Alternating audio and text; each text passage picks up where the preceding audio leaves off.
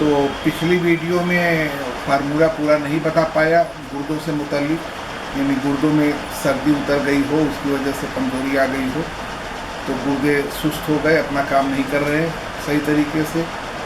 तो उसका नुस्खा फिर यहाँ बता देता हूँ।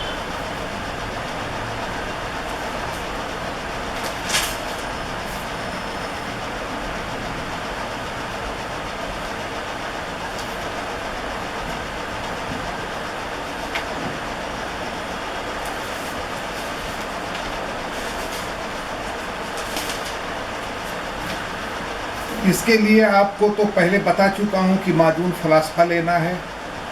उसके बाद फिर आपको लेना है पिस्ता, बादाम, नारियल जिसको गरी बोलते हैं, और सफ़ेद तिल। ये सब हम वज़न आपको लेना है, 100-100 ग्राम ले लीजिए। और जितनी दवा है इसके हम वज़न आप मिला लीजिए। शक्कर, चाहे देसी शक्कर मिल जाए तो अच्छा है, नहीं तो चीनी भी मिला सकते हैं, कोई बात नहीं। तो सबको अलग अलग पाउडर बनाना है। पाउडर बना के सबको एक साथ मिक्स करिए, मिक्स करके रख लीजिए। सुबह को शाम को 2 टाइम खाना है आपको, दूध के साथ, गाय के दूध के साथ। तो उसमें एक जो सबसे छोटा चमचा होता है, चाय वाले से भी छोटा चमचा होता है, 1 चमचा आपको माजून फलास्फा लेना है, और 15-20 ग्राम ये जो पाउडर आपने बनाया है इसको लेना है। दोनों को एक साथ दूध के साथ खा लेना है। खाली पेट खाना है, सुबह को भी शाम को भी। इससे आपका ये सारा गुर्दों से रिलेटेड, यानी गुर्दों की कमजोरी दूर हो जाएगी।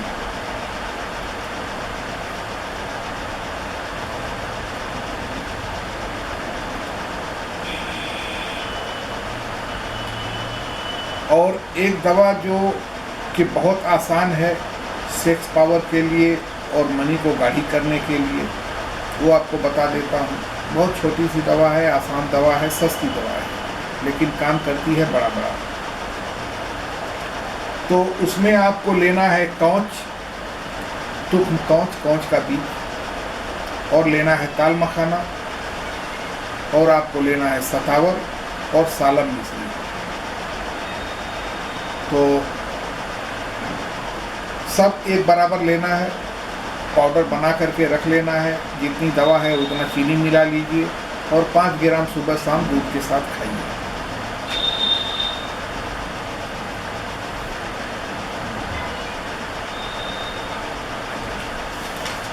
अगर गैस वगैरह की भी शिकायत रहती है, यानी गुर्दों में सर्दी उतर गई है, पेशाब बहुत ज़्यादा लग रही है, हरारत की कमी है, तो फिर पेट का भी मसला पैदा हो जाता है। पेट में दर्द होता है, पेट में गैस बनती है, पेट फूल जाता है, तो फिर आप माजून कमूनी ले लीजिए। बहुत ही सस्ती चीज़ है माजून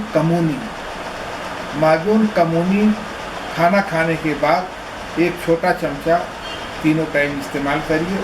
पेट का जो है मसला, गैस वगैरह, ये सब प्रॉब्लम ख़त्म हो जाएगी। मैदे को गर्म करके खाना भी हजम करती है, तो सारा मसला ख़त्म हो जाएगा पेट का।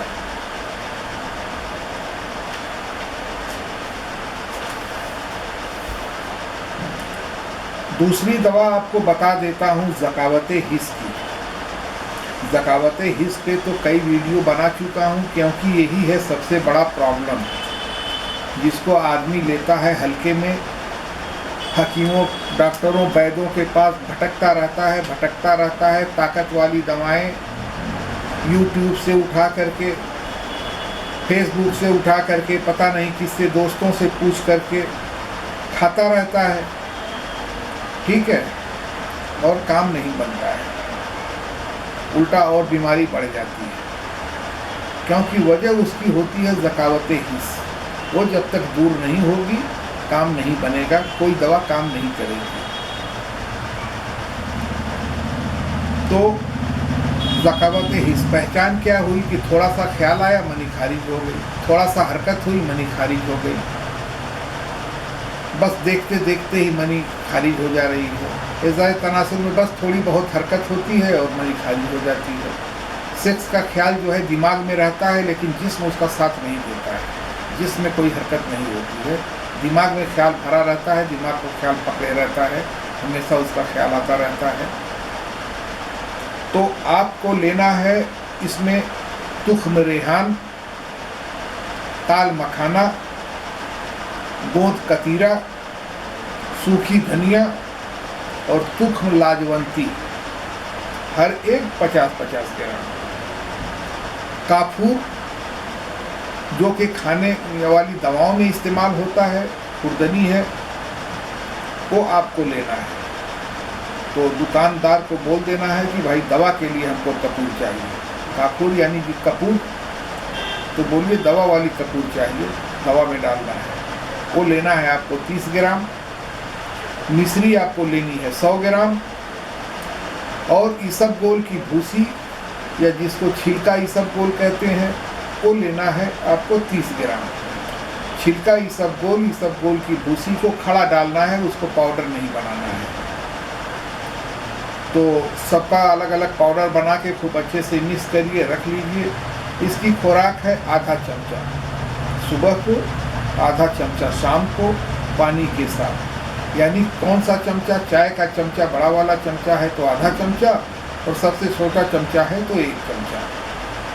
तो सुबह शाम दूध के साथ नहीं, इसको लेना है पानी के साथ।